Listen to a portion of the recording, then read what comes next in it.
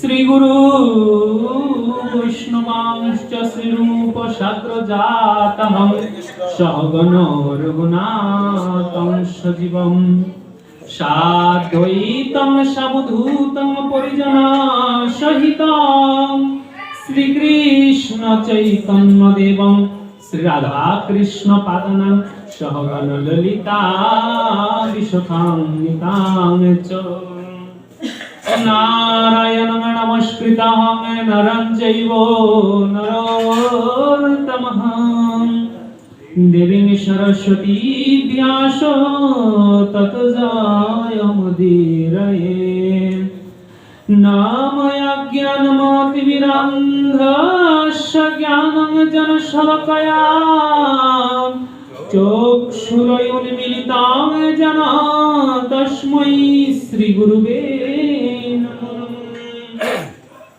नाम हे कृष्ण करुणार सिंधु दीनबंधु जगतपते गोपेश गोपिका कांत राधा कांत नमोस्तुते नाम तप्त कांचन गौरांगी राधे वृंदावनेश्वरी वृषभानुसुते देवी प्रणनामि नामो वृंदया तुलसी देवाय प्रियाय केशवस्य च विष्णु भक्ति प्रद देवी सतवैते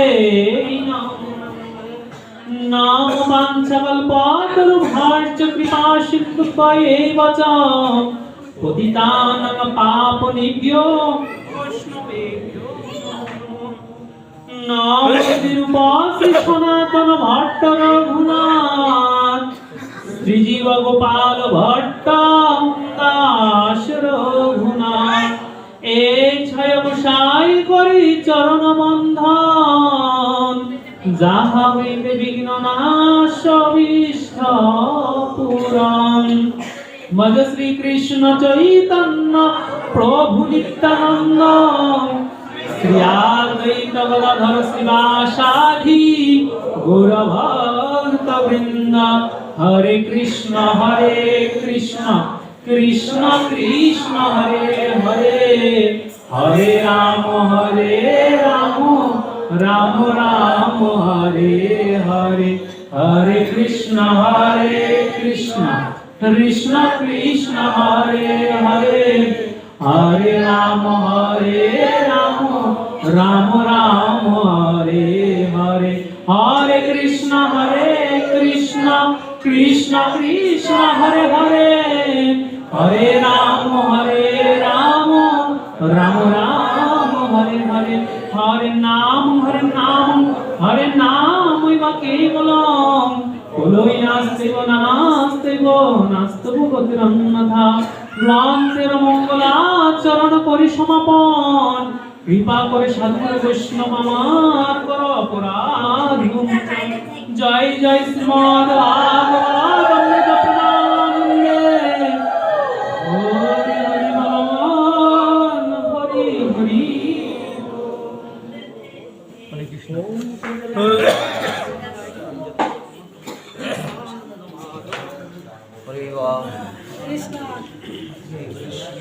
কৃষ্ণ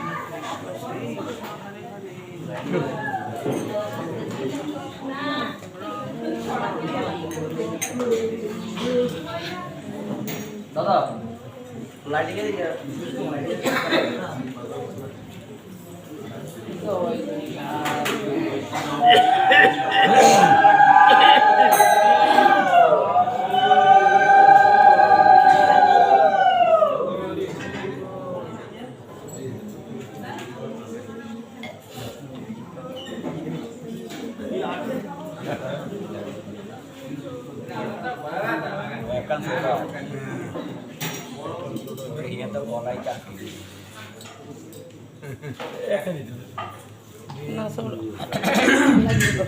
হরে কৃষ্ণ।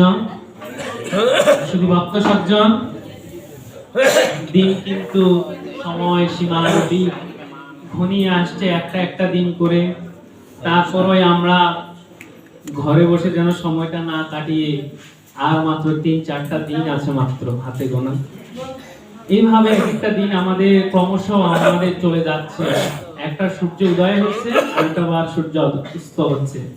আর আমাদের এই পৃথিবী থেকে আমাদের যে আয়ুষ্কালের যে সূর্য, সেই সূর্যের যে আমাদের আয়ুষ্কাল নিয়ে আসি ভবার্ণবে, একটা একটা দিন করে ফুরিয়ে আমরা মৃত্যু পথে এক একটা দিন করে এগিয়ে যাচ্ছি। তো তাই আমরা যেন বৃথা সময় নষ্ট না করে যেন সুন্দর হরিকথা যেন শ্রবণ করতে পারি, আসতে পারি। সবার কাছে যতটুকু পর্যন্ত এই আমার মিনতিখানি পৌঁছায়, সবাই অন্তত চেষ্টা করবেন। আর 2-4টা দিন যেন আমরা যেন সবাই সমবেত হয়ে আসি, যেন একটু এই বাকি কয়টা দিন যেন মন্দিরে যেন হরিকথা কৃষ্ণ কথা শ্রবণ করতে পারি। কারণ আপনাদের এই সুন্দর মন্দিরের আয়োজনে আমার মতন অধম আসে এই দিব্য আনন্দের সুযোগ পাই। আপনাদের সাধুগুরু বৈষ্ণব দর্শন করতে পারি, আপনাদের সম্মুখে এই আনন্দ ঘন মুহূর্তে হরিকথা কৃষ্ণ কথা আস্বাদন করার চেষ্টা করি, যাতে অন্তত পাঠের মাধ্যমে অন্তত নিজের 2 কর্ণগোচর কিছু হরিকথা কৃষ্ণ কথা শ্রবণ হয়ে থাকে। সুতরাং সবই থেকে যাবে, সময়টা আর পাবো না। কার্তিকের পরে আবার অগ্রহায়ণ আসবে, পৌষ আসবে, মাঘ আসবে, আবার বছর ঘুরে সে কার্তিক মাস আসবে। সুতরাং আমরা যেন নির্ধারিত সময় আসতে পারি, নির্ধারিত সময়কে মূল্যবান দিতে পারি। সবার কাছে বিনীত অনুরোধ, আমরা যেন সুন্দরভাবে যেন আর বাকি 3-4টা দিন যেন আমরা বৃথা সময় নষ্ট না করে যেন আমরা একেবারে হরিকথার দ্বার প্রান্তে চলে আসছি। দিনে তার মাত্র হাতে গোনার দিন ফুরিয়ে আসতেছে। তো আমরা গতকাল নবম স্কন্ধের শ্রী ভগবান রামচন্দ্রের হরিকথাগুলো নিয়ে আলোচনা করেছি, রামকথা নিয়ে। সেখানে আমরা এসে থেমেছিলাম, অহল্যার পাষাণ উদ্ধার পর্যন্ত থেমেছি। আমরা এরপর থেকে আজকে আলোচনা করব, তারপরে নবম স্কন্ধ সেখানে বিশ্রামে রাখবো।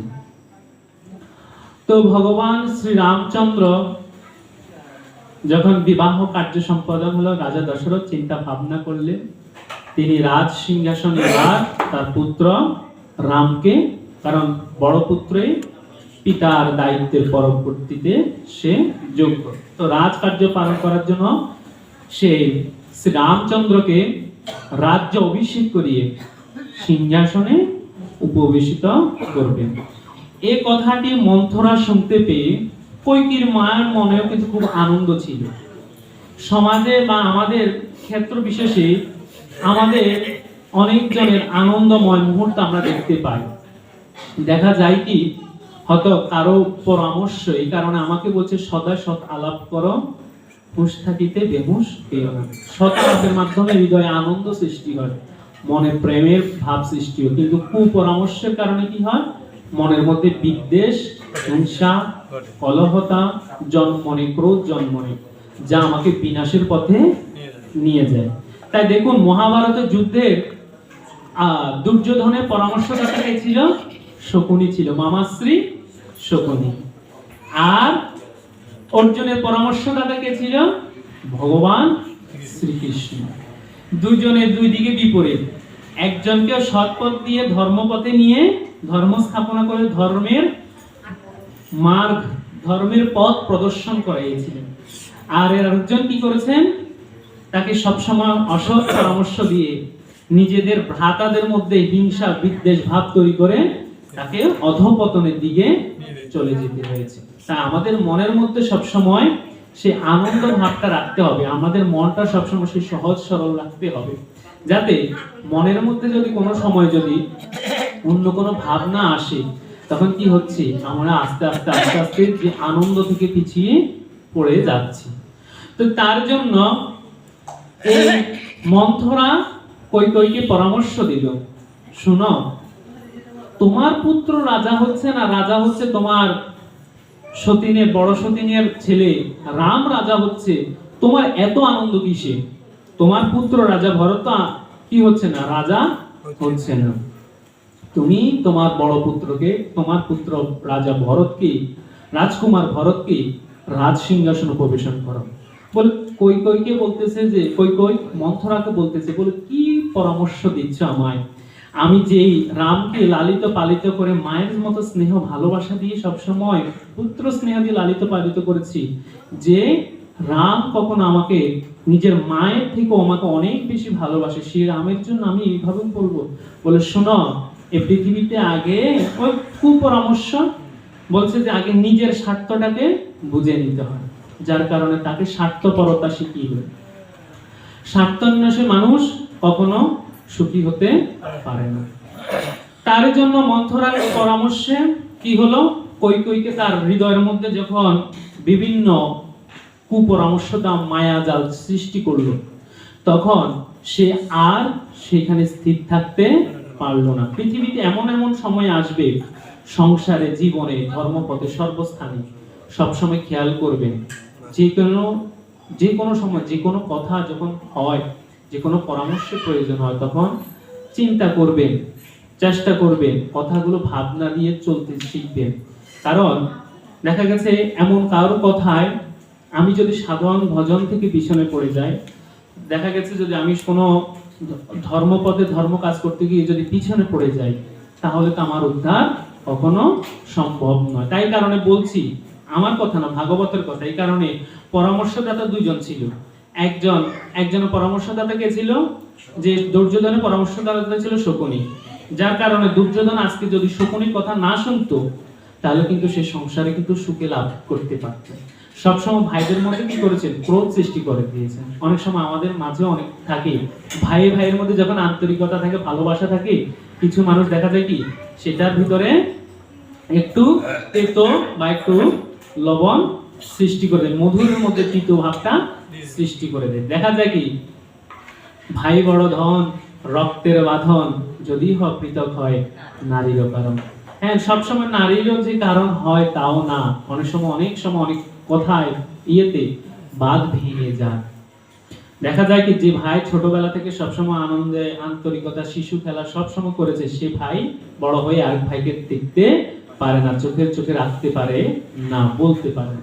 সুতরাং যতক্ষণ পর্যন্ত মিলিত থাকবে, ততক্ষণ পর্যন্ত পরাস্ত করতে পারবে না। দেখেন, পঞ্চপাণ্ডবেরা 5 ভাই আজকে একসাথে আসিল বলে তাদেরকে কেউ ছিন্ন করতে পারে নাই। 5 ভাইয়ে কিন্তু শত ভ্রাতাকে কি করেছে, ছিন্ন করে দিতে পারছে। তো সুতরাং যে কোনো সময় আমাদেরকে সব সময় নিজের ভ্রাতা, ভগিনী বা যে কোনো ক্ষেত্রে আমরা চলতে ফিরতে যেন হুঁশ থাকিয়ে চলতে হবে। আমরা এই কারণে বলছি, সদা সৎ আলাপন করো, হুঁশ থাকিতে বেহুশ হইও না। সৎ আলাপ করা, হরিকথা, কৃষ্ণ কথা শ্রবণের মাধ্যমে নিজের যে কোনো সময়, যে কোনো পৃথিবীর এমন কোনো পরিস্থিতিতে নিজের বিচার বুদ্ধি খাটিয়ে সব সময় চলতে হবে। তো যে কথা আসছি, তো মন্থরার এই পরামর্শের কারণে কৈকেয়ী তখন এক পর্যায়ে রাজা দশরথের কাছে গিয়ে বলছে, রাজা দশরথ, আমি আপনার কাছে দুটি ইচ্ছা প্রার্থনা করি, যদি দুটি ইচ্ছা আমাকে দিতে পারেন, তাহলে আমি মনে করবো আপনি আমার স্বামী হিসাবে যোগ্য। স্বামীর উচিত স্ত্রীর বাঞ্ছা পূর্ণ করার জন্য। এছাড়া আমি আপনাকে ওই রণাঙ্গনের সময়, সে যুদ্ধক্ষেত্র থেকে আমি আপনাকে, যখন আপনি পরাস্ত হয়ে গেছেন, অচেতন হয়ে গেছেন শত্রুপক্ষের নিকট, তখন আমি আপনাকে নানা রকম ভাবে চেষ্টা করে সেখানে এনেছি। তখন আপনি আমাকে বলেছেন, তুমি যে আমাকে প্রাণে রক্ষা করেছো, তার জন্য যে কি বড় প্রার্থনা করো, যাহা চাইবে আমি তোমাকে তাহা দিতে প্রস্তুত। তো তখন তিনি কৈকেয়ী বলছে কি, আমি সময় অনুযায়ী আমি যখন যাহা প্রয়োজন তাহাই আপনার কাছ থেকে চেয়ে নিব। তো তখন ওই সময় অনুযায়ী মন্থরার এই কথা বলে দিল যে, আপনি যে যখন বলেছিলেন যে দুইটা জিনিস আপনি আপনার সময় অনুযায়ী দশরথের কাছে যাহা প্রার্থনা করবেন, দশরথ আপনাকে দিতে প্রস্তুত। এই দিক দিয়ে তো রাজা দশরথের মনে খুব আনন্দ, ছেলেদেরকে বিবাহ করে দিলেন সিংহাসনে, এবার তাদেরকে অর্পণ করে দিবে, তার দায়িত্ব এবার আস্তে আস্তে অর্পণ করে দিয়ে তিনি দায়িত্ব থেকে কিছু মুক্ত হতে পারবে। তার মনে খুব আনন্দ ছিল। এই আনন্দের মাঝে নিরানন্দ ভাবটা তখন কৈকেয়ী সৃষ্টি করে দিল। কৈকেয়ী বলছে, রাজা দশরথ, আপনি আপনার কাছে দুটো বর প্রার্থনা করেন, যদি দিতে পারেন আমি বুঝবো যে আপনি কি, আপনি আমি স্বামী হিসাবে আপনি আমার যোগ্য। বলে একটা বর হচ্ছে আপনার জ্যেষ্ঠ পুত্র শ্রী রামচন্দ্রকে 14 বছরের জন্য বনবাসে পাঠাতে হবে, আর আমার পুত্র ভরতকে রাজ সিংহাসনে প্রবিষ্ট করতে হবে। কিন্তু এদিক দিয়ে তো রাজা রামচন্দ্রকে বলে দিয়েছেন, রাজকুমার রামচন্দ্রকে বলেছেন কি সিংহাসনে একমাত্র সেই অধিষ্ঠিত হওয়ার উপযুক্ত। এদিক দিয়ে যখন এই কথা হলো, দেখেন ভগবানের হৃদয়ে, ভগবান কাকে বলছেন, যিনি সকল সুখ দুঃখে মান অভিমানে সকল পরিস্থিতিতে নিজকে নিয়ন্ত্রণে রাখতে পেরেছেন, তিনি ভগবান হয়েছেন। আমরা সামান্য অভাবে কষ্টে সুখে দুঃখে আমরা স্থির থাকতে পারি না, কিন্তু ভগবান 14 বছর বনবাস করছিলেন, তার দ্বারা আমাদেরকে কি দেখাইছেন যে তিনিও জীবন পথে কষ্ট করেছেন, জীবন পথে তিনিও যে সময় যে পরিস্থিতি তৈরি হয়েছে সেই পরিস্থিতিকে মাথা পেতে মেনে নিয়েছেন। সুতরাং আপনার জীবনে যে সময় যে পরিস্থিতি আসুক সেই পরিস্থিতিকে আপনি মাথা পেতে স্বীকার করে নিতে হবে। আমরা সবসময় সুখের ভাবে থাকতে চাই, সুখের ভাবে যদি না থাকি আমরা ইয়ে করতে পারি না। হরে কৃষ্ণ। দেখুন আমাদের হরিকথা কৃষ্ণ কথা এত মধুর, বাবা বলে কি ইনজেকশন দিলেও ঘুমায় না, ট্যাবলেট খাইলেও ঘুম আসে না রাত্রে, এত মধুর কথা। আর যদি পিছনে যদি কোনো একটা যদি পিলার যদি পাওয়া যায়, স্তম্ভ পাওয়া যায়, বাস আসছে হরি কথা শুনতে শুনতে তো একেবারে ঘুম আসতে আসতে আসছে। ওই যে হরি কথা শুনতে শুনতে চুপসে পড়ছে। হরে কৃষ্ণ।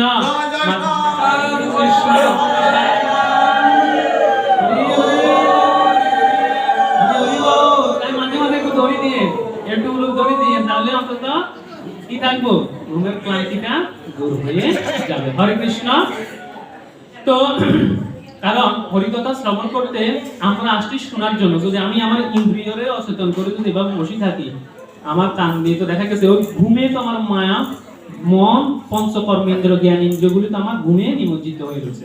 হ্যাঁ, তারপরে মন্দিরে বসছেন, কানে দিয়ে যতদূরে যা ততদূরে হয়, কিন্তু আপনার মনটা তো এখানে না, মন তো ঘুমের মায়া, এটাও আমাদেরকে আসলে প্রভাবিত করে। হরিকথা শুনতে যদি ঘুম নিদ্রা চলে আসার চেষ্টা করবেন, অন্তত একটু হেঁটে হলো, একটু চোখে জল দিয়ে হলো আসি বসার জন্য, অল্পক্ষণ সময় তো 1 ঘন্টা মাত্র।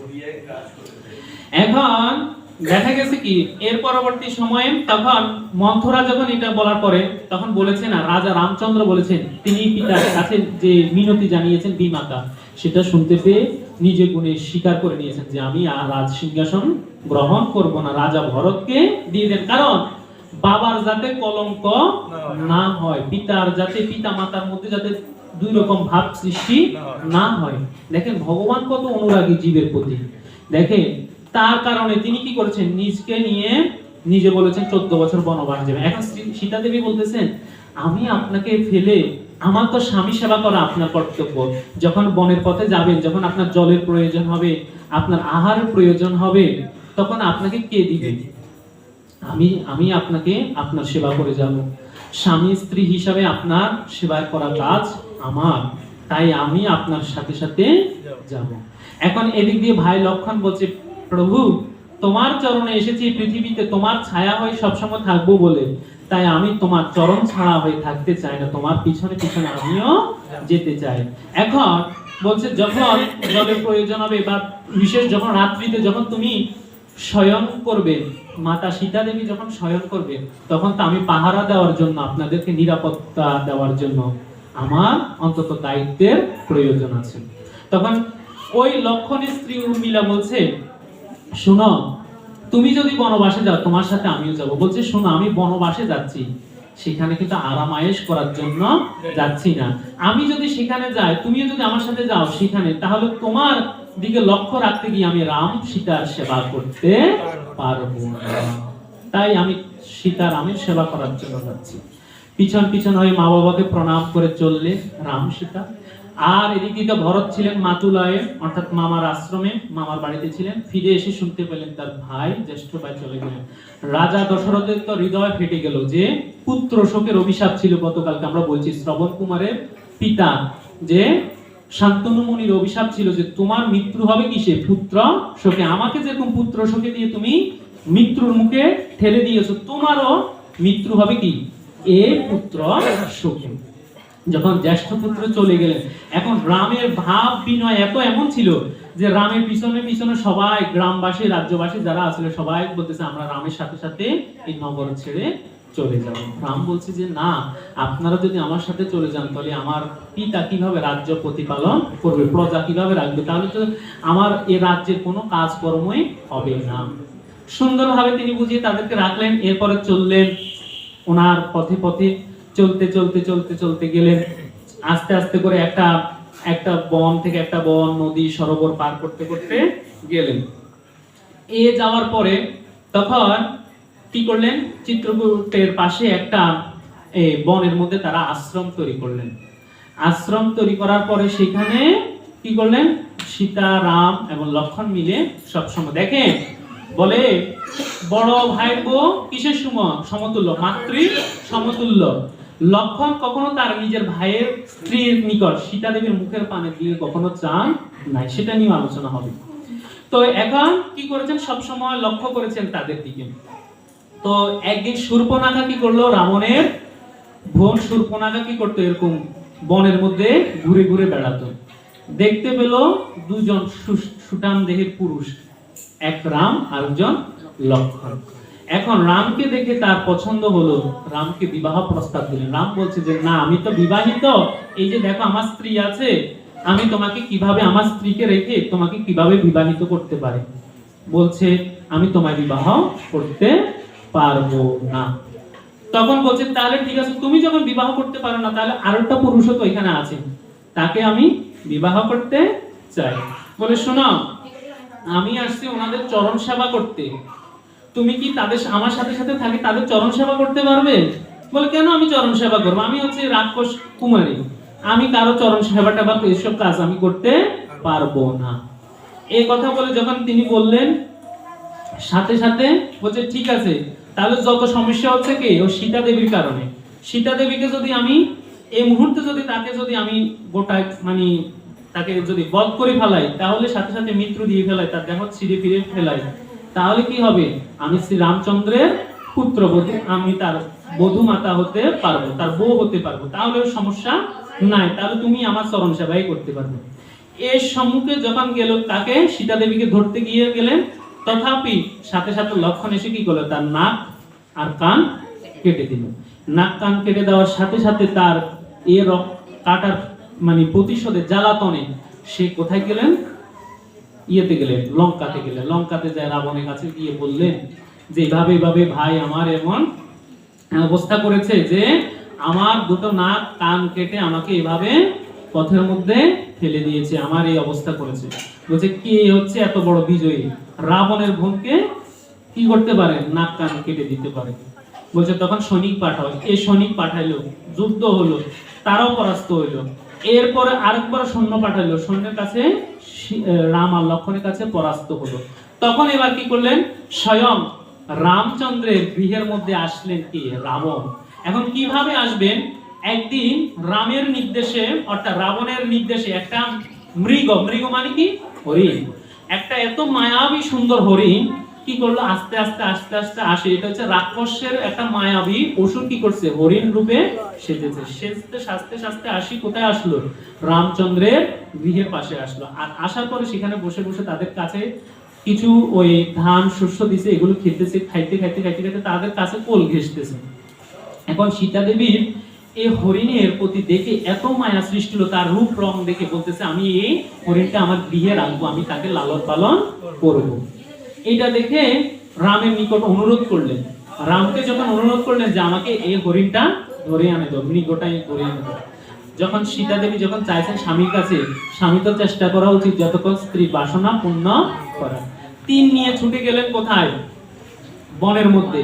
বনের মধ্যে যেতে যেতে যেতে যেতে এক পর্যায়ে কি হয়ে গেলেন, ধনুক দিয়ে যখন শিকার করতে গেলেন, ধনুকটা মারার সাথে সাথে ওই মৃগয়ার যখন দেহের মধ্যে পড়লো, সে পড়ার সাথে সাথে ওই রামের নাম, রামের কণ্ঠকে অবিকল নকল করে, কণ্ঠস্বরকে পুরোপুরি নকল করে সে বারবার ভাই লক্ষ্মণকে ডাকতেছে, লক্ষ্মণ আমায় রক্ষা করো লক্ষণ, আমায় রক্ষা করো লক্ষণ, আমায় রক্ষা করো, তুমি আসো আমাকে প্রাণে নিহত করে ফেলো।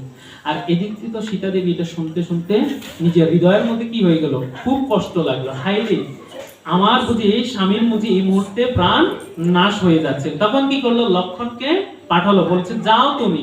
বলছে না, আমাকে দায়িত্ব দিয়ে গেছে যে আপনার কাছে আমায় থাকার জন্য, আপনাকে পাহারা দেওয়ার জন্য, যতক্ষণ পর্যন্ত ভ্রাতা রামচন্দ্র নাই আপনার এই আশ্রমে, আমি আপনাকে নিরাপত্তা দেওয়া উচিত। আমি যদি রামের বাক্য, যদি প্রভু শ্রী রামের বাক্য যদি আমি পালন না করতে পারি, তাহলে আমি বাক্য থেকে ভ্রষ্ট হয়ে যাব, আমাকে রক্ষা করো।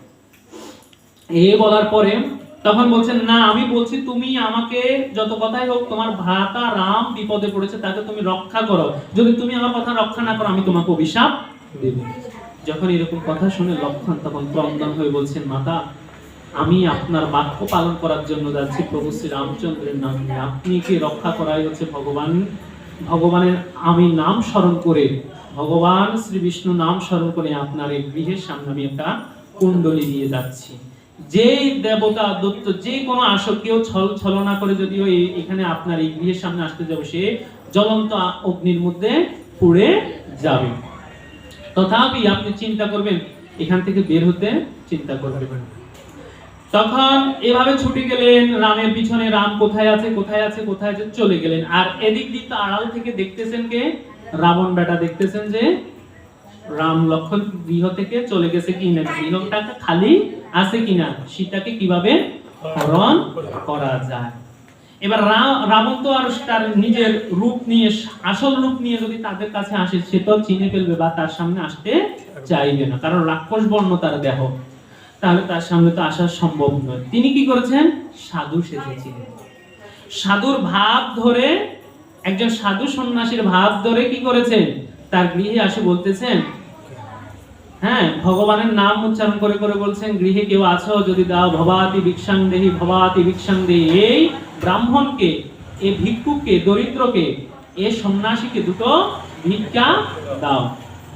এখন রাবণ চেষ্টা করেছিল কি বারবার কোথায় যাওয়ার জন্য, তার গৃহে থেকে ওই ভিক্ষা আনার জন্য, কিন্তু ওই যতবারে কুণ্ডলীর সামনে যায় ততবারে আগুনের ছিটকা তাকে পিছনে ফেলে দেয়, আগুনের ছিটকা তাকে পিছনে ফেলে দেয়। এখন সে চিন্তা করলো, একটা বুদ্ধি করলো কি, বলতেছে আমি এখন আমার সন্ধ্যা গায়ত্রী বন্দনা করতেছি, তুমি যদি সম্ভব হয় আমাকে এখানে আনি দিয়ে যাও, যদি এখানে আনি দিয়ে যাও তাহলে আমি ভিক্ষা গ্রহণ করব, আর না হলে তোমার এখানে গ্রহণ করব না। আমি সন্ধ্যা গায়ত্রী এখন জপ করতেছি, আমি এই আসন থেকে উঠতে পারবো না।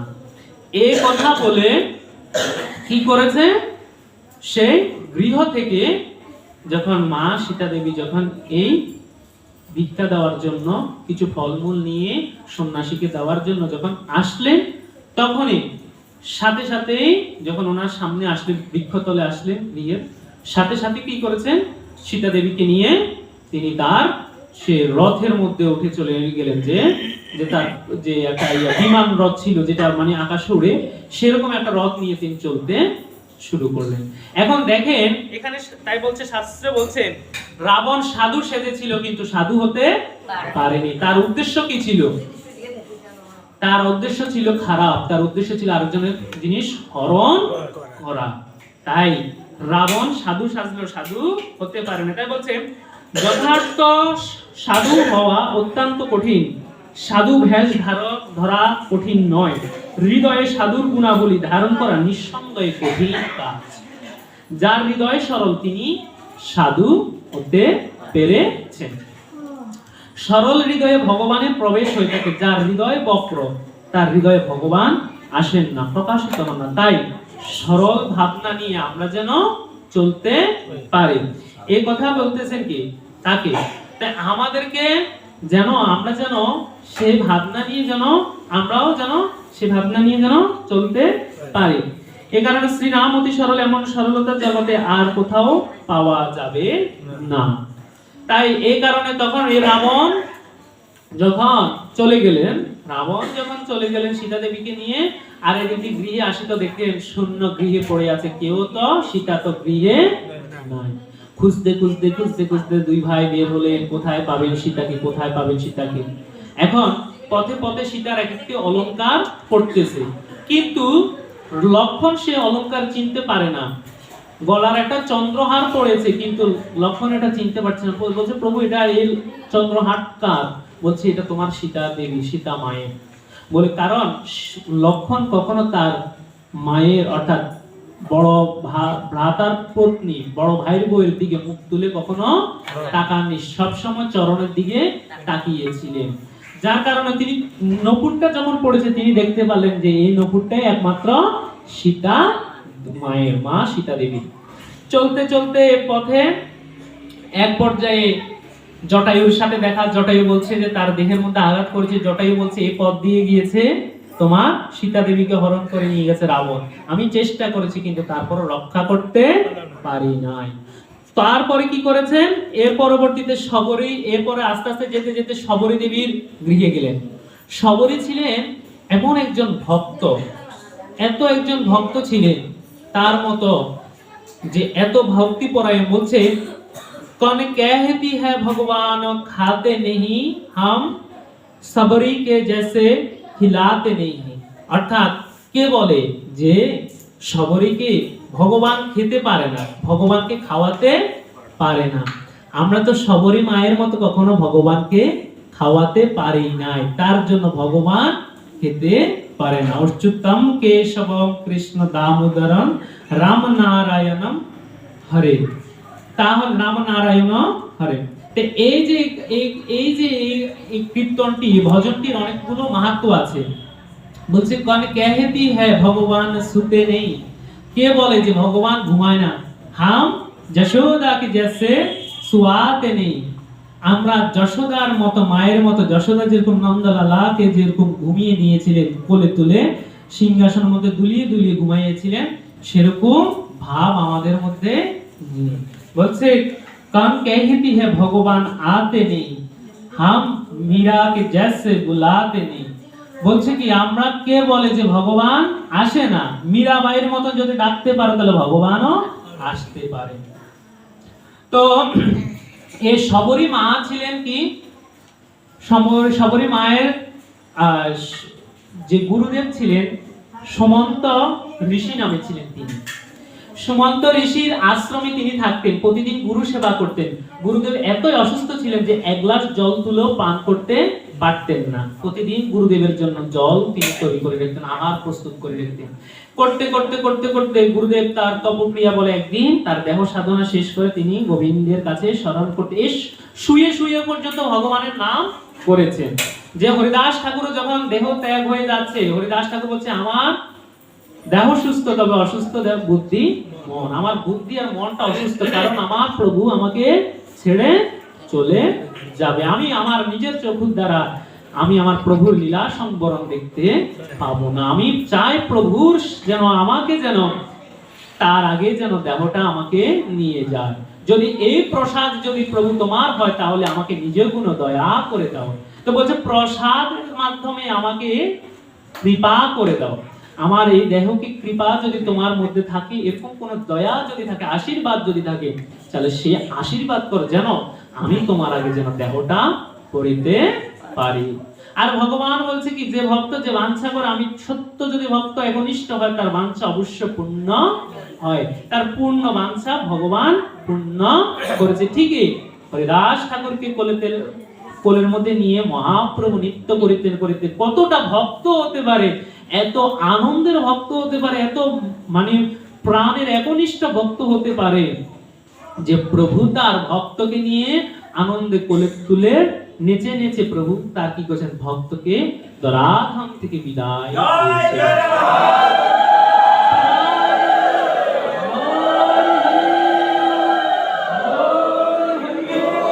যিনি কার দাস হয়েছেন? হরির দাস হয়েছেন। তিনি তো হয়েছেন হরিদাস। এই হরিদাস নাম শ্রেষ্ঠ, সাধন শ্রেষ্ঠ, ভক্তি শ্রেষ্ঠ, সিদ্ধ যার দেহ।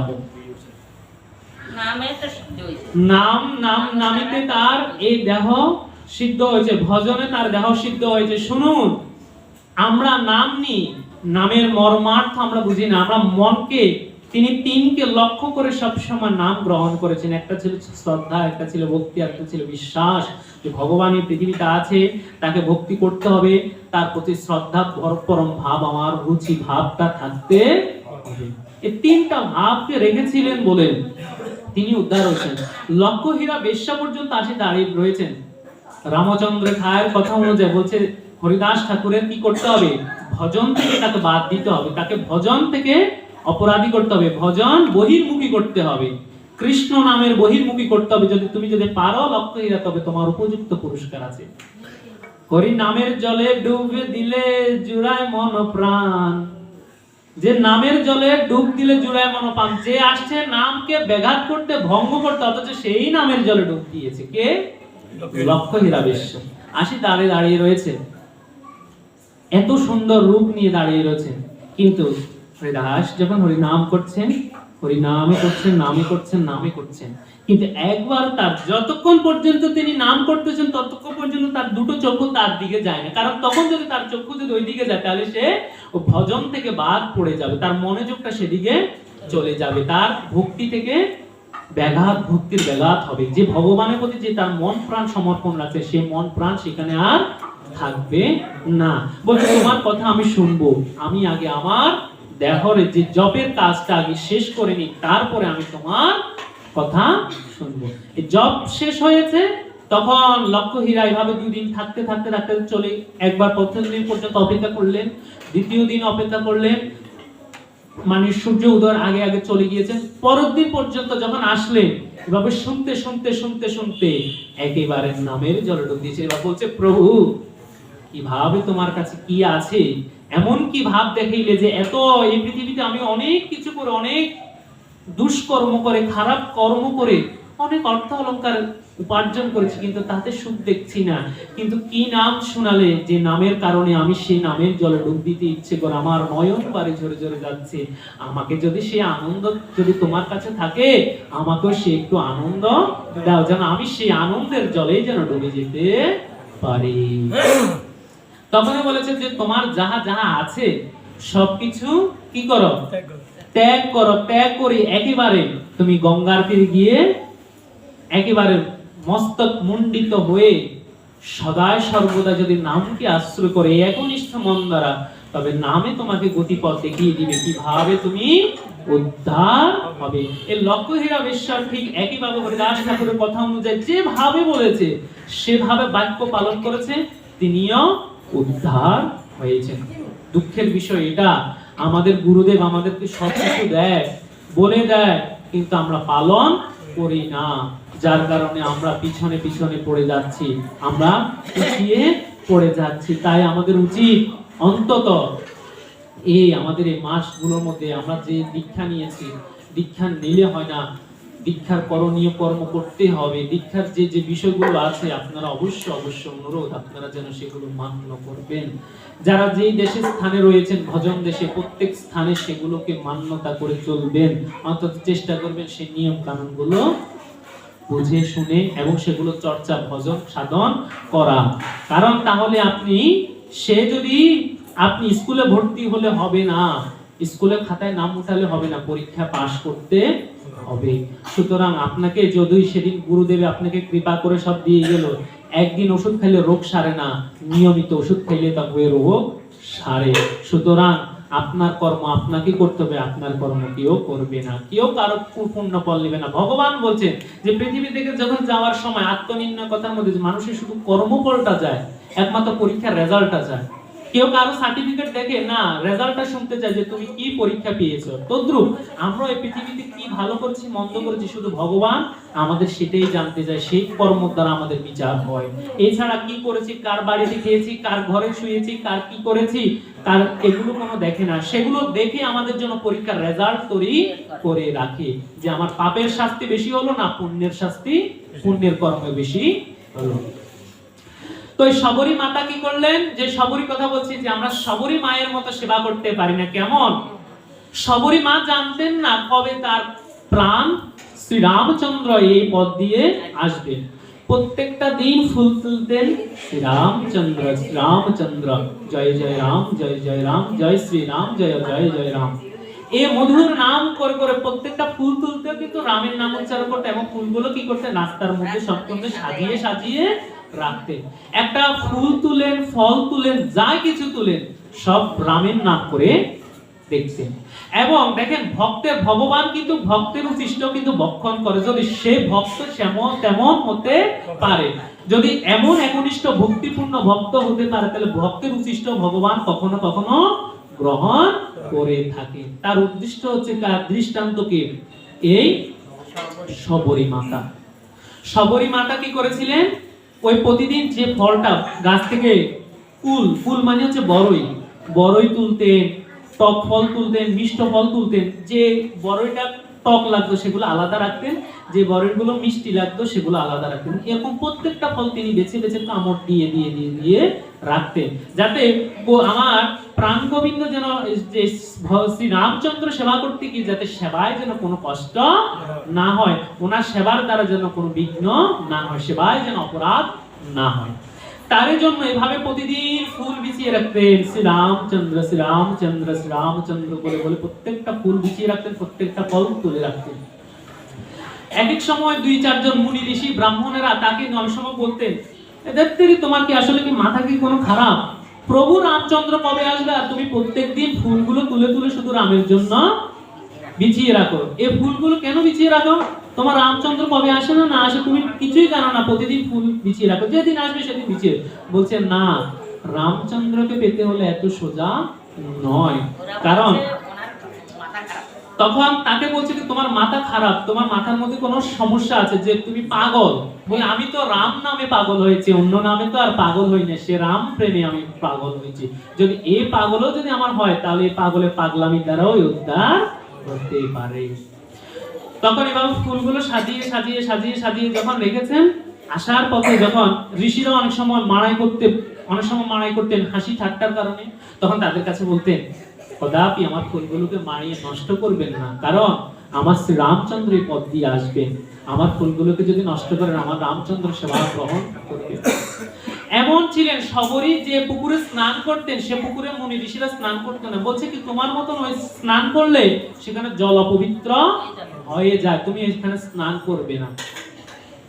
যার কারণে যে কথাটা বলার সাথে সাথে ওই সরোবরের মধ্যে মুনি ঋষিরা পর্যন্ত স্নান করতে পারে না, যেদিন শবরী স্নান করা ছেড়ে দিয়েছে। ওই সরোবর থেকে নিজের কাছে একটা ছোট সরোবর আছে, সেখানে প্রতিদিন স্নান করতে। এইভাবে প্রতিদিন শ্রী রামচন্দ্রের কথা ভেবে ভেবে প্রত্যেকটা ফুলগুলো সাজিয়ে সাজিয়ে সাজিয়ে সাজিয়ে রাখতেন। আমরা তো ফুল তুলতে গিয়েও কৃষ্ণ নাম করা আসলে উচিত, ভগবানের নাম গুণাগুণ উচিত, কারণ বৃক্ষ কিন্তু হরিনাম কৃষ্ণ নাম শ্রবণ করেও আপনার কাছে কৃতজ্ঞ হতে পারে। এই ফুলগুলো যখন তুলে তুলে তুলে তুলে আনলেন, আনার পরে এভাবে প্রতিদিন দিলেন। হঠাৎ একদিন শ্রী রাম লক্ষ্মণ আসলেন এই পথ দিয়ে যাওয়ার সময়। এমতার সময় দেখলেন যে কাকে, শ্রী রামচন্দ্র যখন আসতেছেন, এখান দিয়ে একটা ফুল দিচ্ছেন, শ্রী রামচন্দ্র জয় রাম, শ্রী রামচন্দ্র জয় রাম, শ্রী রামচন্দ্র জয় রাম, এভাবে বলে বলে ফুলগুলো দিচ্ছেন। এমতার সময় তিনি দেখতে পেলেন তার সামনে একটা ছায়া পড়ছে। বলছে, ওগো আমার পুষ্পগুলো মাড়াই করবেন না। তখন উপরের দিকে তাকিয়ে দেখছে যে যেন তার শরীরের অঙ্গগুলো থেকে তেজ বেরোচ্ছে, উজ্জ্বলতা প্রকাশ পাচ্ছে, মনে হয় যেন সূর্যের জ্যোতি প্রকাশ পাচ্ছে। তখন তার দিব্য দেহ থেকে উপরের দিকে তাকিয়ে বলছে, প্রভু আজ আমার কত সৌভাগ্য যে আপনি আমার গৃহে স্বয়ং পদার্পণ করছেন। আমার এত সৌভাগ্যের ভাগ্য আর কবে হবে যে গৃহে রামচন্দ্রের পদধূলি পড়ছে। তখন শ্রী রামচন্দ্র তার ভক্তি করে যখন আনন্দ সহকারে তার কাছে মিনতি করলেন, শ্রী রামচন্দ্র লক্ষণ ভাড়াটা পুষ্প দিয়ে এগুলো আস্তে আস্তে আসছেন, তাদের পুষ্প চরণে ফুল দিচ্ছেন, চরণে পদ প্রক্ষালন করলেন। করার পরে এবার কি করলেন, জলে গ্লাস দিলেন, সেবা দিলেন। এবার এই যে প্রত্যেকটা যে ফলগুলো বাছাই করে করে রাখছে, প্রভু এই ফলটা মিষ্ট, এই ফলটা কি টক। ভগবানের রামচন্দ্রের ভিতরে একটু মানে এই যে ফলগুলো যে এভাবে তিনি কামড় দিয়ে দিয়ে দিয়ে রেখেছেন, তার ভিতরে একটু ঘৃণা আসছে না, কারণ ভগবান বলছে আমি ভক্তের প্রসাদের দ্বারা আমারও উদ্ধার আছে। যদি সেরকম ভক্ত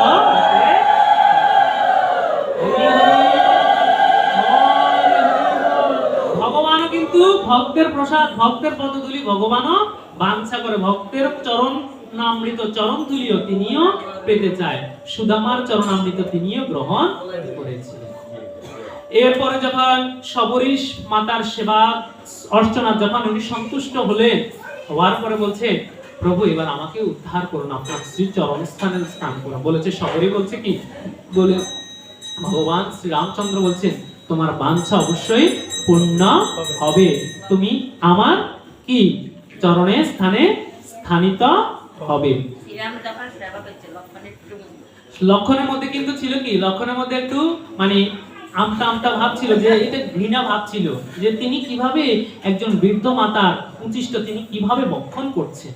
কিন্তু রাম বলছে যে আমি তো কি ভক্তের দাস, ভক্তই আমার মাতা পিতা, ভক্তই আমার গুরু, ভক্তই আমার নাম দিয়েছে বাঞ্ছা কল্পতরু।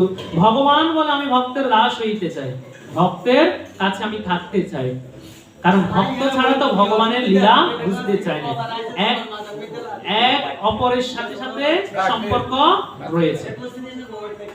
হরে কৃষ্ণ। তার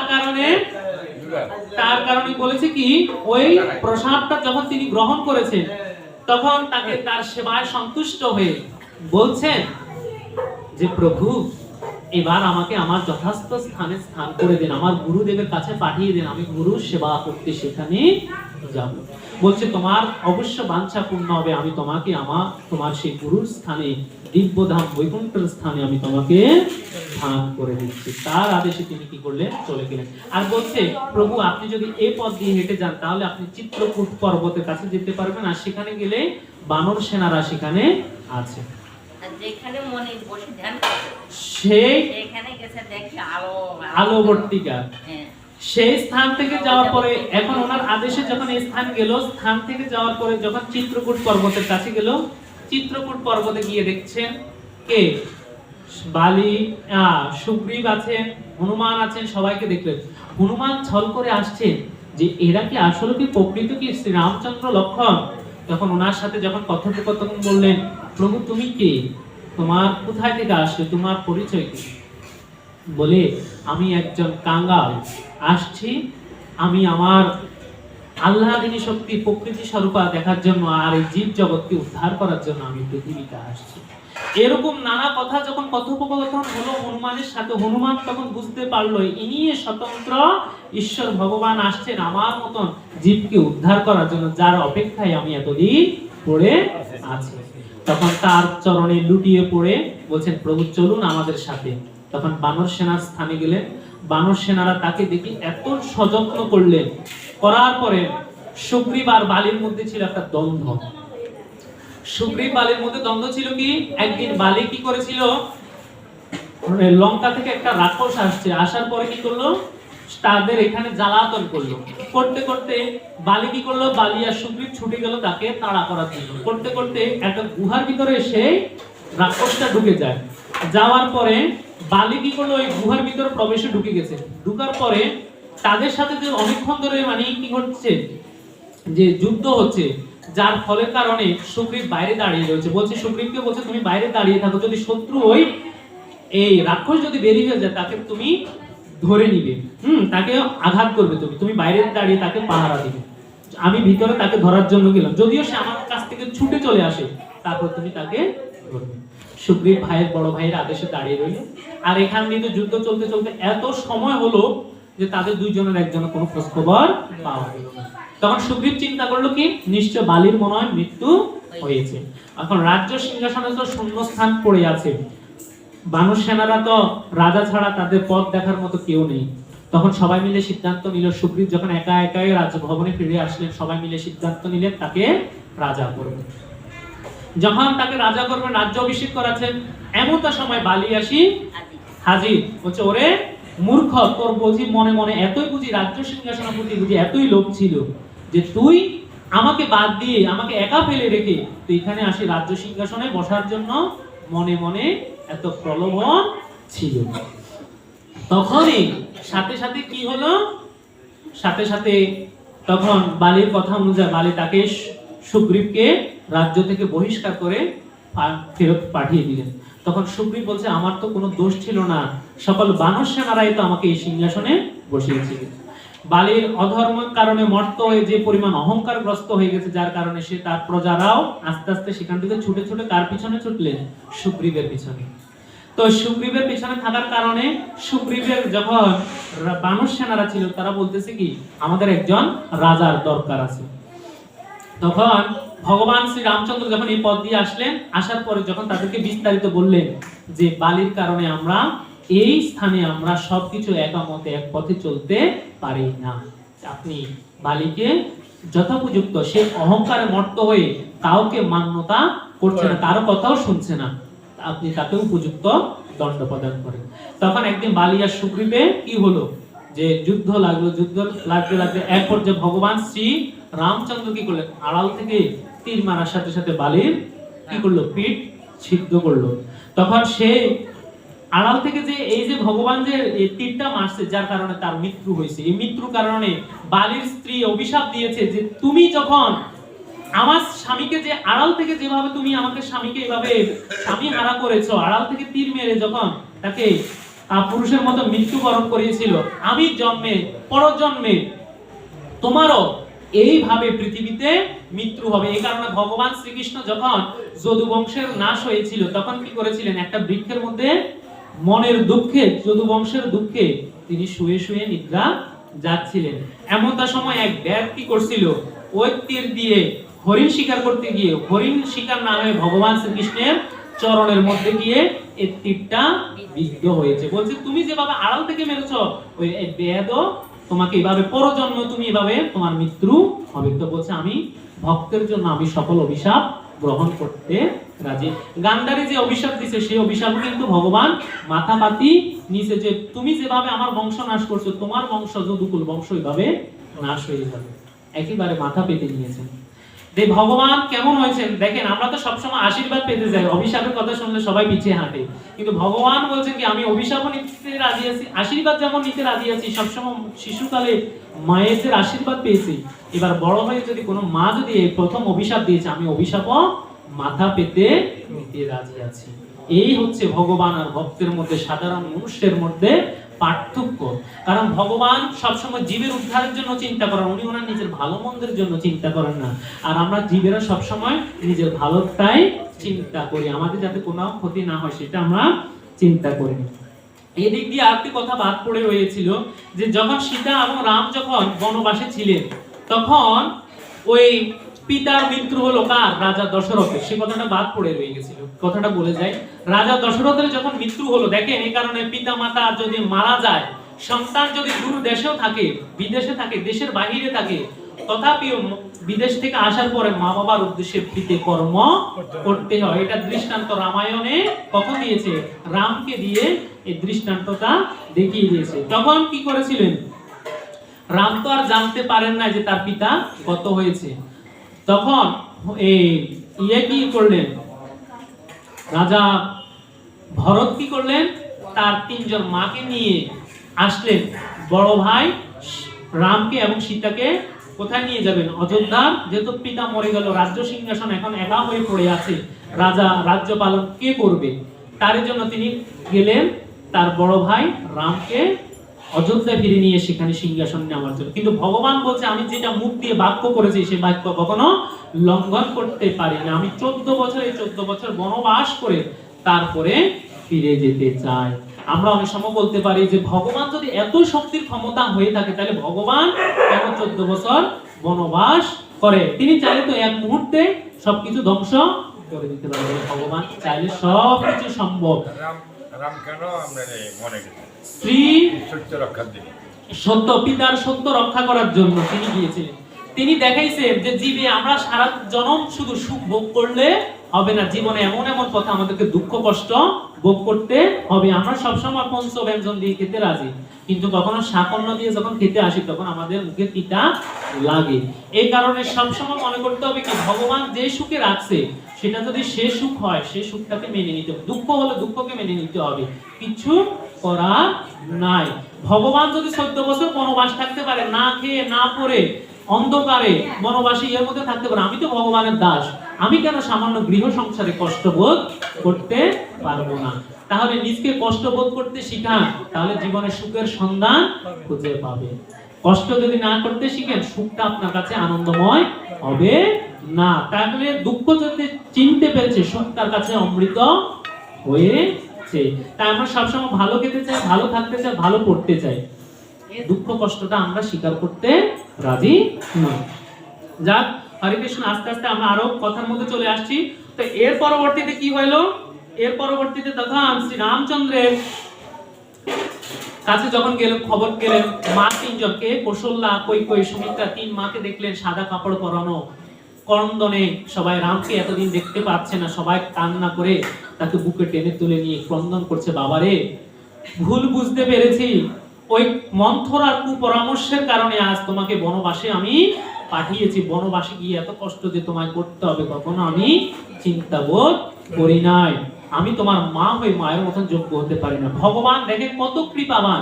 এই যে মা ভুল করেছে, তারপর বলছেন মা এটা আপনি ভুল করেন না, কারণ এটা আমার অদৃষ্টে ছিল, আমার কর্মে লেখা ছিল যে আমি 14 বছর বনবাস হব, কারণ আমার জন্ম হওয়ার আগে আমার রামায়ণ রচনা হয়ে গেছে। সুতরাং এটাকে ভাগ্যকে কেউ কখনো খণ্ডন করতে পারবে না।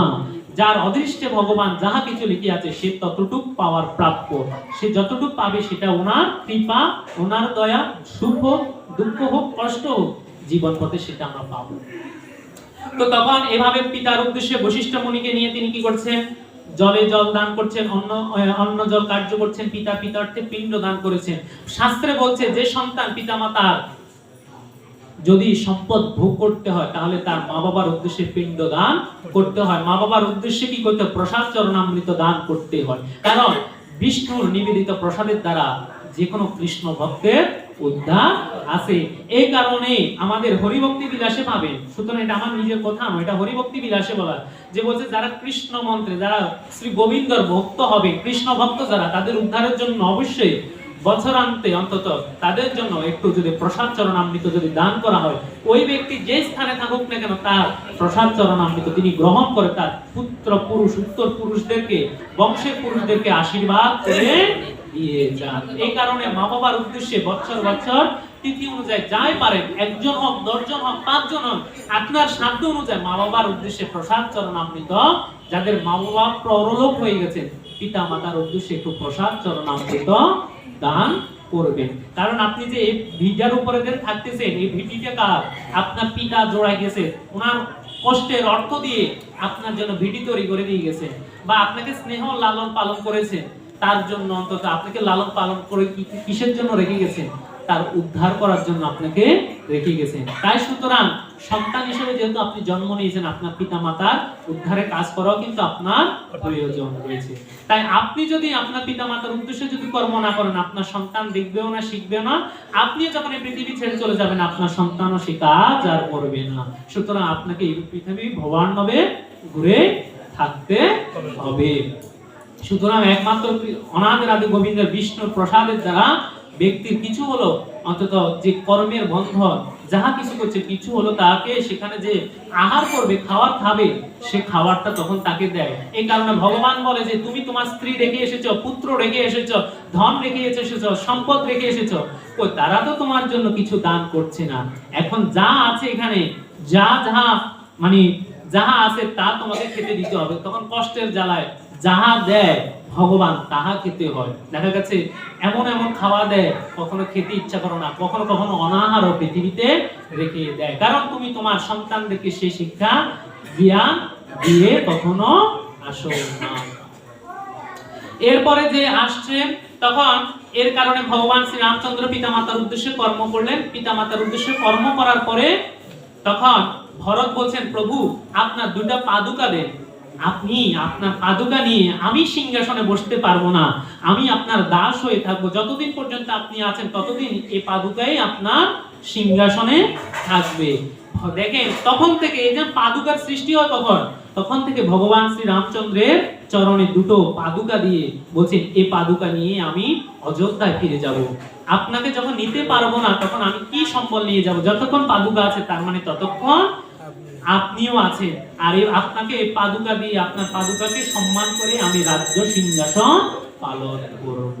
আমি সিংহাসনে আপনার পাদুকা রাখবো আর আমি নিচে বসবো। মনে করবো যে এখানে আমার জ্যেষ্ঠ ভ্রাতা শ্রী রামচন্দ্র এখানে বসে আছে। তখন থেকে পাদুকার সেবা সৃষ্টি হয়। আর প্রতিদিন এর রাজা ভরত কি করতেন, নিজের ভাইয়ের চরণের পাদুকা, ভাই তো নয়, এটা তো পরমার্থ ভাই, ভগবান শ্রী রামচন্দ্র যার ভাই হয়েছেন তার মতো সৌভাগ্যবান কি আর কেউ আছেন, সে তার পাদুকা সেবা করে গেছেন। এভাবে করতে করতে যাক, তো তখন বানর সেনারা যখন ওনাকে পরাস্ত করলেন, এবার বানররা যুদ্ধের জন্য পাঠাবেন কার কোথায়, লঙ্কাকে খোঁজার মধ্যে, লঙ্কা খুঁজে আসতেছেন কে, হনুমান গিয়ে মাতা সীতা দেবীকে খুঁজে আসছে যে ভগবান শ্রী রামচন্দ্র যতক্ষণ থাকবে না ততক্ষণ পর্যন্ত এক গ্লাস জল তিনি আহার করবে না। স্বামীর প্রতি এতই শ্রদ্ধাশীলা ছিলেন তিনি, এত স্বামী ভক্তি পরায়ণা ছিলেন। থাকার পরে এখন কি সম্বল দিবেন যে শ্রীরাম শ্রীমতী সীতারানী যে লঙ্কায় আছেন, তপবনে বসে আছেন, সেটা কিভাবে বুঝবেন, অশোক বনে। তখন হাতের একটা আংটি নিয়ে যখন দিয়েছেন, সেই আংটিটা নিয়ে প্রভু শ্রী রামচন্দ্রকে দেখাচ্ছেন যে এটা দেখুন, এটা কি শ্রীমতী সীতা দেবী? বলছে হ্যাঁ, এটা তো আমার সীতা মায়ের, এটা হচ্ছে আমাদের সীতা দেবী। সীতা দেবীকে যখন প্রথম বিবাহ কার্যে আমি এই আংটিটি পরিয়ে দিই, এই আংটি তার পরিচয়। তখন থেকে আস্তে আস্তে কি করলেন, বানর সেনা চললেন কার নাম নেওয়ার জন্য, ভগবান শ্রী রামচন্দ্রের নাম নিয়ে।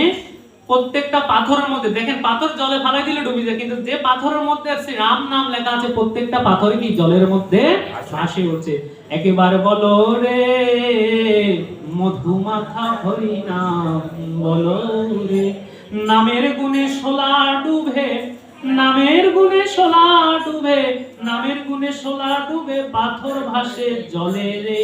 এই দেখেন, এই পাথরটা কি প্লাস্টিকের পাথর ছিল?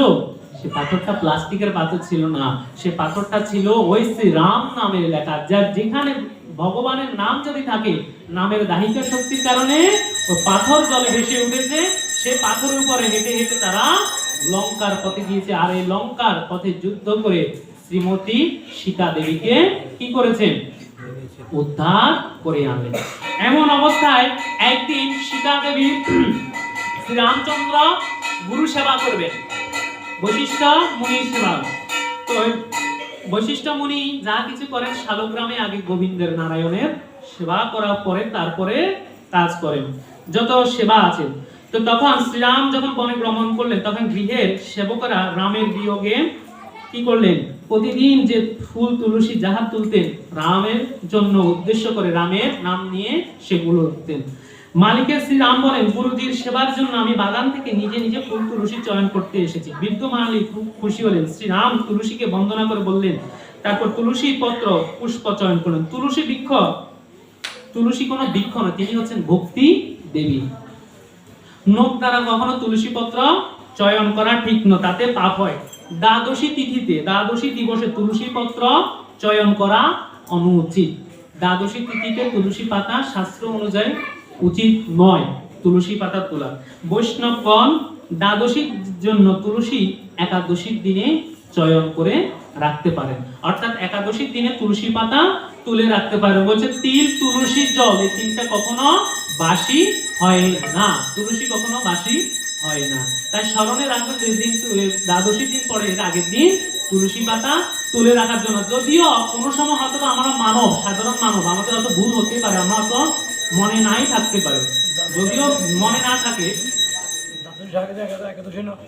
দ্বাদশীর আগের দিন একাদশী, সেদিন না, শাস্ত্র তো এখানে লিখছে বৈষ্ণব দ্বাদশীর জন্য তুলসী একাদশীর দিনে চয়ন করে রেখে দিতে পারে। দ্বাদশীর দিন তুলসী পাতা, একাদশী দিন ছেড়ে না। যাক, আমি এখানে গ্রন্থে পাইছি, এটা হইলেও হতে পারে, হয়তো আপনি পাইছেন। এখন শাস্ত্র তো এখানে লিখছে যে দ্বাদশীর দিন, আমি যতটুকু জানা এবং শাস্ত্র অনুযায়ী বলতেছে তো দ্বাদশীর দিন। যদিও যাই হোক, একাদশী হোক দ্বাদশী হোক, যতদূর সম্ভব নিয়ম মেনে চলতে পারবেন, চেষ্টা করবেন। আর যদি অন্তত স্মরণ না থাকে, দেখা গেছে এখন আপনার গৃহে তুলসী পাতা নাই, এখন তুলসী পাতা ছাড়া তো গোবিন্দের সেবা কখনো সম্ভব নয়। তখন ওনার কাছে প্রার্থনা করে বলবেন, তুলসী মৃত জন্মনাশী সদাত্তং ক্লেশব প্রিয় কেশবার্তে চিন্মনিতাং তং বরদা ভব শোভন। এই মন্ত্রটা উচ্চারণ করে হলেও বলিও, বা হরে কৃষ্ণ কৃষ্ণ কৃষ্ণ হরে হরে, হরে রাম রাম রাম হরে হরে, এটা বলিও তুলসী পাতা চয়ন করবেন। যদিও অনেক সময় দেখা গেছে, অনেক সময় আমাদের কলিহত জীবের মন অনেক সময় মনেই নাই থাকতে পারে, যদিও যদি দ্বাদশীর দিনে যদি তুলসী পাতা অথচ যদি আপনার গৃহে এখন নাই থাকে, তখন তুলসী পাতা ছাড়া তো গোবিন্দ সেবা দেওয়া সম্ভব নয়। তখন তুলসী দেবীর কাছে ক্ষমা প্রার্থনা করে অন্তত দুটো তুলসী পাতা দিয়েও অন্তত গোবিন্দ সেবা করতে পারেন। যতদূর মনে রাখতেন পারেন ততদূর আগে দিন চেষ্টা করবেন তুলসী পাতা উঠিয়ে রাখার জন্য। দাদা যেটা বলছেন, এখন এখানে তো শাস্ত্রে এইভাবে লেখা আছে, হয়তো থাকতে পারে অনেক বহুবিধ শাস্ত্র গ্রন্থ আদি আছে, যেখানে না যেখানে থাকতে পারে, তবে দ্বাদশীর দিনটা বেশি প্রচলিত বলে শাস্ত্রে আছে। সুতরাং আমি আপনাদেরকে বলছি যে শাস্ত্র অনুযায়ী দ্বাদশীর দিন অনুচিত লিখে দিয়েছে, অনুচিত, উচিত নয়, কিন্তু কার্যের প্রয়োজনে দেখা গেছে আপনি উঠাইতে মনে নাই, এখন আপনার প্রয়োজন, তুলসী পাতা ছাড়া তো গোবিন্দ সেবা কখনো হবে না। এখন প্রয়োজনে ওনার কাছে ক্ষমা চাই হলো তুলসী পাতা তুলতে পারিবে, ক্ষমা চাওয়া তো আমার স্মরণে নাই, তারপরে ক্ষমা করে দিয়ে অন্তত তুলসী পাতা উঠাবেন। তারপরে বলছে কি তুলসী পাতা উঠাইতে কি করবেন, নখ দিয়ে কখনো তুলসী পাতা ছিঁড়বেন না। নখ আছে না, নখ দিয়ে আমরা ওখানে চাপ দিই, তুলসী পাতা নখ দিয়ে চাপ দিয়ে তোলা কখনো উচিত নয়। তুলসী পাতাকে অন্তত বৃক্ষকে আস্তে ধরে দুটো দুটো করে বোটা সহ সবসময় তুলসী পাতা নেবেন। আর মঞ্জুরি লইতে সবসময় কি করবেন, দুটো পাতা দুদিকে রাখবেন, রাখার পরে সেখান থেকে তুলসীর মঞ্জুরি নিবেন। শুধু মঞ্জুরি উঠাইলে কিন্তু হইতো না, দুই পাতা যদি না থাকে তাহলে তুলসী মঞ্জুরি হবে না। রাধা কৃষ্ণ ভাব নিয়ে মঞ্জুরি ভক্তির উৎপন্ন হয়েছে, তার জন্য কি করতে হবে, এখান থেকে ওই যে দুটি পাতা সহ তুলে নিয়ে তারপরে এখানে শ্রদ্ধা ভক্তি, মাঝখানে ভক্তি, শ্রদ্ধা ভক্তি বিশ্বাস, এই তিনটাই যদি যখন ভগবানের সেবার কাজে দেওয়া হয় তখন ভক্তের বাঞ্ছা পূর্ণ হয়।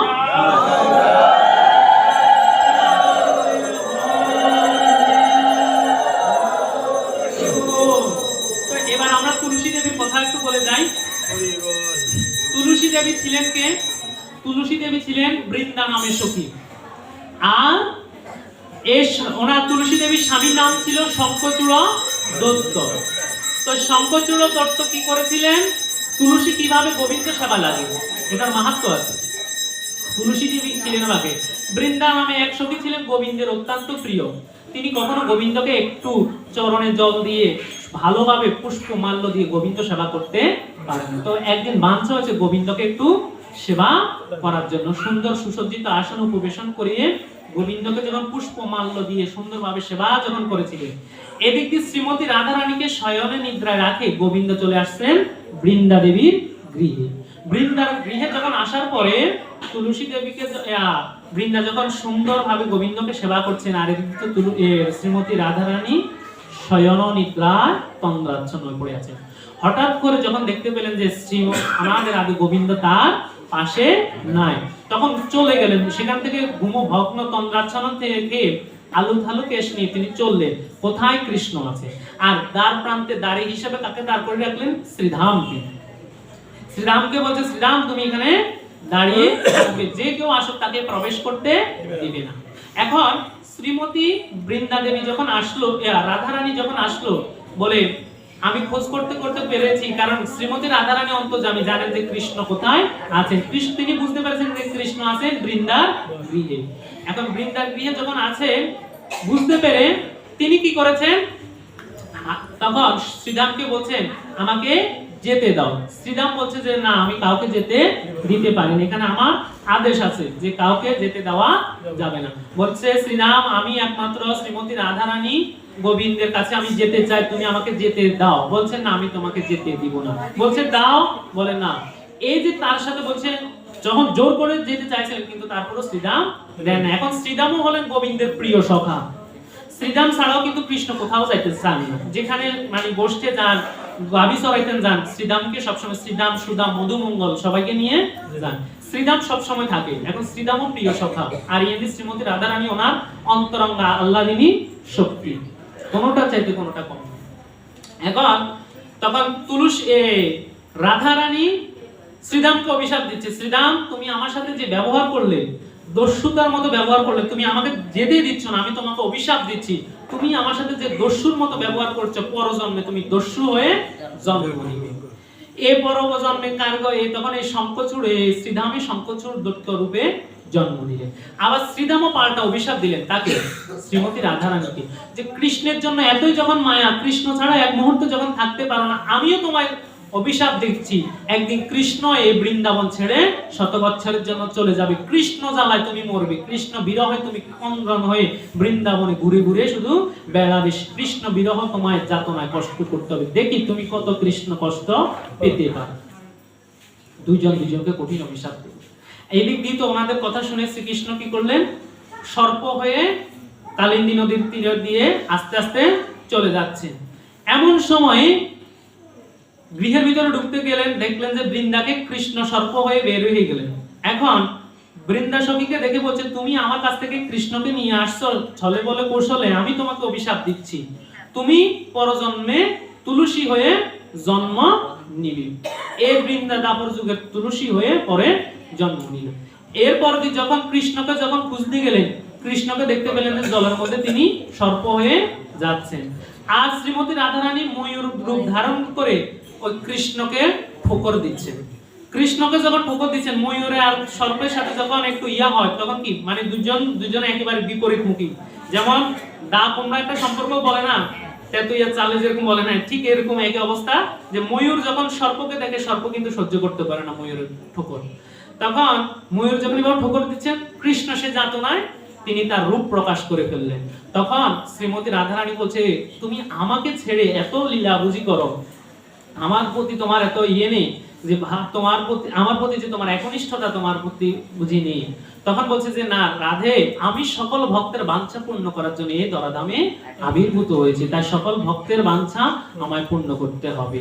বলছে ঠিক আছে, আমি তোমার জন্য খুঁজতে খুঁজতে এতটুকু আসলাম। তখন বলছে কি, আমি তোমার এই বৃন্দাবনের সকল স্মৃতি আমি সব সময় রাখবো। তুমি যে ময়ূরী হয়ে আমার যে সন্ধান করেছো, এই ময়ূরের যে পালক পুচ্ছ, সব সময় আমি তোমাকে আমার ময়ূর রূপ ধারণ করা সেই রূপটি আমার তোমার সব সময় আমার মাথার মধ্যে শিরের মধ্যে তোমাকে রাখবো। এই কারণে দেখবেন কৃষ্ণ শ্রীমতী রাধারানীকে কৃষ্ণ কোথায় রাখছেন, মাথার উপরে রাখছেন ময়ূর পালক রূপ ধারণ করে।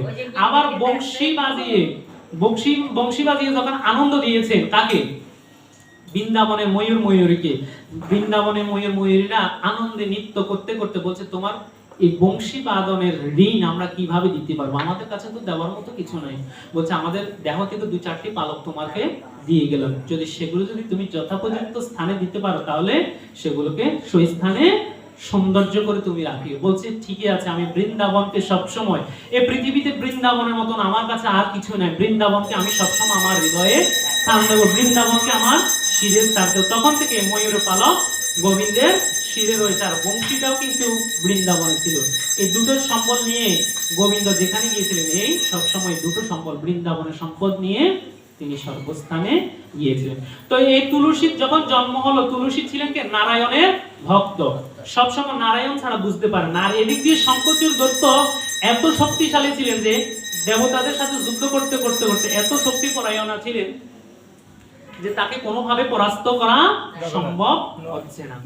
তখন চিন্তা করলেন, শঙ্খচূড়ের প্রাণ কোথায় আছে? শঙ্খচূড়ের প্রাণ আছে একমাত্র তুলসীর কাছে। তুলসী যতক্ষণ পর্যন্ত নারায়ণের সেবা করবে, ততক্ষণ শঙ্খচূড় দত্তকে পরাস্ত করা কখনো সম্ভব নয়। তখন একদিন এরকম যুদ্ধ করতে গেলেন, কিন্তু শঙ্খচূড় কখনো নারায়ণের ভক্ত ছিলেন না, কিন্তু স্ত্রীর কারণে স্বামীর আয়ু পায়। এ কারণে দেখবেন অনেক সময় স্ত্রীর কারণেও স্বামীর ভাব ভক্তি, বা স্ত্রীর কারণে কিন্তু অনেক সময় সংসারও কিন্তু ভালো হয়। যেমন দেখেন, আধার ঘরের মধ্যে একটা অন্ধকার, যদি একটা আলোর প্রদীপ আনি দেয়, সবাই তো ঘরের আলোটা উপভোগ করতে পারে। তো গৃহের মধ্যে যদি কেউ কৃষ্ণ ভক্ত হয়, বা তার শ্রদ্ধা ভক্তি যদি সত্যিকারে ভালো হয়, তাহলে কিন্তু গোবিন্দের কৃপা থাকলে ওই কোনো সৌভাগ্যবতী স্ত্রীর কারণে বা কোন সৌভাগ্যবান পুরুষের কারণে গৃহ সংসারও আলোকিত হয়ে থাকে, ভক্তিতে ধনে জনে জগতে সর্বদিন। তো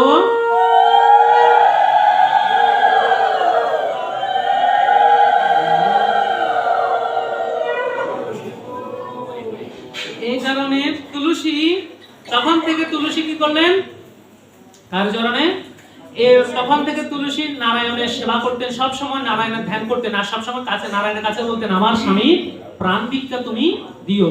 এই দেখেন তুলসীর এই কারণে বলছে, সীতা দেবীও কার সেবা করেছিলেন, তুলসীর সেবা করে স্বামীর দীর্ঘায়ু প্রার্থনা করেছিলেন। এই কারণে যিনি বলছেন কি, এখানেও বলা আছে, সেটা বলবো। তো তুলসী সবসময় নারায়ণের সেবা করতে বলছেন, আমার স্বামীর যেন কখনো কিছুই না হয়। স্বামী যখন যুদ্ধক্ষেত্রে দেখেন, প্রভু তোমার কাছে প্রার্থনা তুমি আমার স্বামীকে রক্ষা করে রাখো। স্ত্রীর একনিষ্ঠ ভক্তির কারণে, তুলসীর ভক্তির কারণে ওই শঙ্খচূড় দৈত্যকে প্রাণে বধ করা যাইতেছে না। দেবাদিদেব মহাদেব আসতেছে, আসতেছে, কেউ পরাস্ত করতে পারছে না। তখন সবাই মিলে শরণাগত হলেন। শঙ্খচূড় দৈত্য যদি এভাবে যদি শক্তিশালী থাকে, তাহলে তো স্বর্গের রাজ্য কিছুই থাকবে না। সে অধার্মিকতার কারণে, অহংকারের কারণে পৃথিবীকে পাপে বিনষ্ট করে ফেলবে। উদ্ধার তো করতেই হবে। যেমন দেখেন না, গাছের লগে আগাছা সবসময় থাকে, সুতরাং পৃথিবীতে দেব দেবতার সাথে সাথে অসুরও থাকতো। সুতরাং এটারও আবার প্রয়োজনে বিনাশের প্রয়োজন তারা করেছিলেন। তো তার কারণে নারায়ণ চিন্তা করলেন কি, আজকে আমি শঙ্খচূড় দৈত্যের রূপ ধারণ করে যখন গৃহে আসব, ওই সময় সে নারায়ণের সেবা থেকে, নারায়ণের অর্চনা থেকে কি থাকবে, বিরত থাকবে না। বিরত থাকলে ওই সময় শঙ্খচূড় দৈত্যকে প্রাণে বধ করা যাবে। তখন ভগবান কি করছেন, শঙ্খচূড় দৈত্যের রূপ ধারণ করে তুলসী দেবীর গৃহে আসলেন। আসার পরে বলছেন, দরজা খুলো তুলসী, দরজা খুলো, দরজা প্রবেশ দ্বার খুলো। তুলসী তো ভাবলেন, কি আজকে স্বামীর বুঝি এত তাড়াতাড়ি যুদ্ধ হয়ে গেল। তখন যাক স্বামী আসছে, স্বামী আসলে সে কিন্তু আবার স্বামীর প্রতিও ভক্তি আছে। জল ফল নিয়ে স্বামীর জন্য সবকিছু আহার প্রস্তুত করে রাখলেন। আর এদিক দিয়ে তো স্বামী সেবা করতে করতে নারায়ণের সেবা ভুলে গিয়েছেন। শঙ্খচূড় রূপ ধারণ করে আসলেন কি, গোবিন্দ নারায়ণ। সে নারায়ণ যখন আসার পরে ওনার জল দিতেছেন, আহার দিতেছেন, সবকিছু করতেছেন। আর এদিক দিয়ে তো দেবতা আর অসুর শঙ্খচূড়, প্রকৃত যে শঙ্খচূড় দৈত্য যুদ্ধক্ষেত্রে আছে, তার সাথে তো যুদ্ধ চলতেছে। যুদ্ধ করতে করতে এক একটা বাণ নিক্ষেপ করতেছে, এক একটা বাণে শঙ্খচূড় দৈত্যর মানে শক্তিগুলো হ্রাস পাইতেছে। এক পর্যায়ে কি করলো, শিবের ত্রিশূল দ্বারা শঙ্খচূড় দৈত্যকে বধ করে ফেললো। এখন দৈত্যকে বধ করার পরে যখন দেখলো ওই শঙ্খচূড় দৈত্যের শির আসি পড়লো কোথায়, যে তুলসী দেবীর গৃহের মধ্যে আসি তার দেহটা পড়লো। এই মৃতদেহ পড়ার পরে তখন তুলসী দেবী ক্রন্দন করতে লাগলো, যে আমার প্রকৃত স্বামীকে। এখানেও শঙ্খচূড় দৈত্য দেখতে পাইতেছি, আর এটাও আরেকটা শঙ্খচূড় দৈত্য দেখতেছি, দুটোই শঙ্খচূড় দৈত্য। প্রকৃত আমার শঙ্খচূড় স্বামীটা কি? তখন নারায়ণ তার রূপ প্রকাশ করলো, প্রভু তুমি বুঝি জগতে বুঝি এরকম কাজ করতে পারলে, আজকে একজন স্বামী স্ত্রীর কাছ থেকে স্বামী কেড়ে নিয়ে গেল। প্রভু বলছেন, জীব জগৎকে উদ্ধার করার জন্য, জগতে ধর্ম রক্ষা করার জন্য, তাই বলছে যদা যদা হি ধর্মস্ব গ্লানির্ভবতি ভারতম অভ্যুত্থান ধর্মস্য তদাত্মানমসৃজাম্যহম পরিত্রাণায় সাধুনাং বিনাশায় চ দুষ্কৃতম ধর্ম সংস্পনার্থায় সম্ভবামি যুগে যুগে। হে অর্জুন, যখনই যখনই ধর্মে গ্লানি হবে, আমি সাধুদিকদেরকে, আমার ভক্তদেরকে পরিত্রাণ করার জন্য, দুষ্টের বিনাশ হেতু যা যা করণীয় পৃথিবীতে আমি যুগে যুগে তার জন্য অবতীর্ণ হয়ে থাকি। ভক্ত রক্ষা করার জন্য ভগবান নিজের মাথায় কিন্তু অনেক কি করেছেন, অভিশাপ গ্রহণ করে নিয়েছে পৃথিবীকে সুন্দর রাখার জন্য। আর পৃথিবী ভালো থাকলে, ভগবানের ভক্ত আনন্দে থাকলে, ভগবানও আনন্দিত হয়ে থাকেন। আর তার জন্য ভগবান যাহা করার প্রয়োজন তিনি তাহা করতে প্রস্তুত। এইভাবে যখন রাম নারায়ণের রূপ প্রকাশ করলেন, নারায়ণ তাকে অভিশাপ দিলেন। তুলসী তখন তাকে অভিশাপ দিলেন, প্রভু তুমি যে আমার স্বামীকে কেড়ে নিয়েছো, আমি তোমার ভক্ত তোমাকে অভিশাপ দিচ্ছি। তুমি যে পাষাণের মতন কাজ করেছো আমার সাথে, একটা পাষাণ হৃদয়ে এমন কাজ করতে পারে না, তুমি পাষাণ হৃদয়ের মতো কাজ করেছো। আমি তোমাকে অভিশাপ দিচ্ছি, তুমি আজকে থেকে পাষাণ হয়ে থাকবে। এই কারণে দেখবেন নারায়ণের শালগ্রাম কোথায় থেকে সৃষ্টি হয়েছে, তুলসীর অভিশাপের তারপর থেকে এই নারায়ণের শালগ্রাম শিলা তখন তৈরি হয়েছে। তখন থেকে নারায়ণের শালগ্রাম শিলার পূজা অর্চনা হয়। আর তখন ভগবান বলছে, আমি তোমার জন্য অভিশাপ স্বীকার করে নিয়েছি, তোমার জন্য অভিশাপ আমি স্বীকার করে নিয়েছি, কিন্তু আমি তোমাকে আশীর্বাদ করে দিয়ে যাই, কারণ তুমি যে আমাকে একনিষ্ঠ মন প্রাণ দিয়ে সেবা করেছো, সে সেবার তো অবশ্যই ফল আছে। আমি সেই সেবার ফল তোমাকে অবশ্যই দিতে চাই। আমাকে যত দ্রব্য দিয়ে আসো, যত কিছু দিয়ে সেবা করো, তোমার তুলসী পত্র ব্যতীত আমার সেবা কখনো সম্ভব নয়। যারা আমার ভক্ত হবে তাদের গলায় সবসময় তোমার মাল্য দ্বারা তোমাকে সবসময় হৃদয়ে রাখবে। তোমাকে যদি হৃদয়ে না রাখে, তাহলে আমার ভক্তি তারা প্রাপ্ত করতে পারবে না। তোমাকে অর্চনা ছাড়া, তোমাকে ভজনা ছাড়া, তোমাকে বন্দনা ছাড়া আমায় সেই স্থানে কখনো বিরাজ করতে পারি না। তাই সাধুর সঙ্গে ভাগবত গ্রন্থ পাঠে কীর্তনে তুলসী দেবীকে যদি না আনে, সেখানে অনাথ রাধা গোবিন্দ বিরাজমান হয় না। তার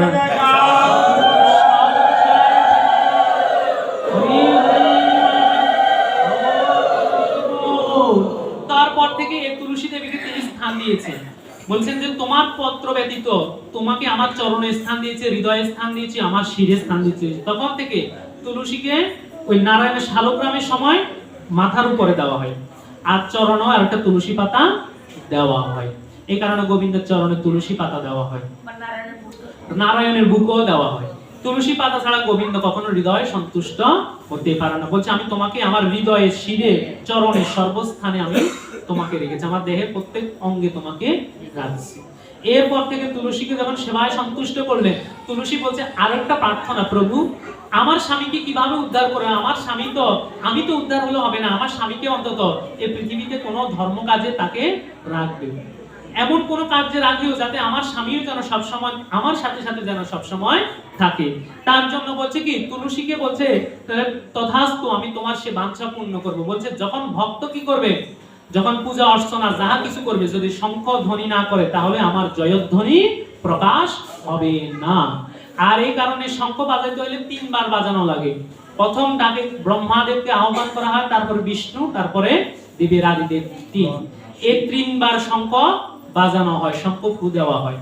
3 বারের অধিক দেওয়া হবে, তাদের সাথে সাথে অন্যান্য অসুর আদি সব যা যা আছে তাদেরকেও আহ্বান করা হয়। তাই সবসময় শঙ্খ বাজাতে 3 বার ফু দিবেন, ত্রিদেবকে আহ্বান করেন, শ্রদ্ধা, ভক্তি, বিশ্বাস, এই 3টাকে আহ্বান করা হয়, ত্রিদেবকে বন্দনা করা হয়।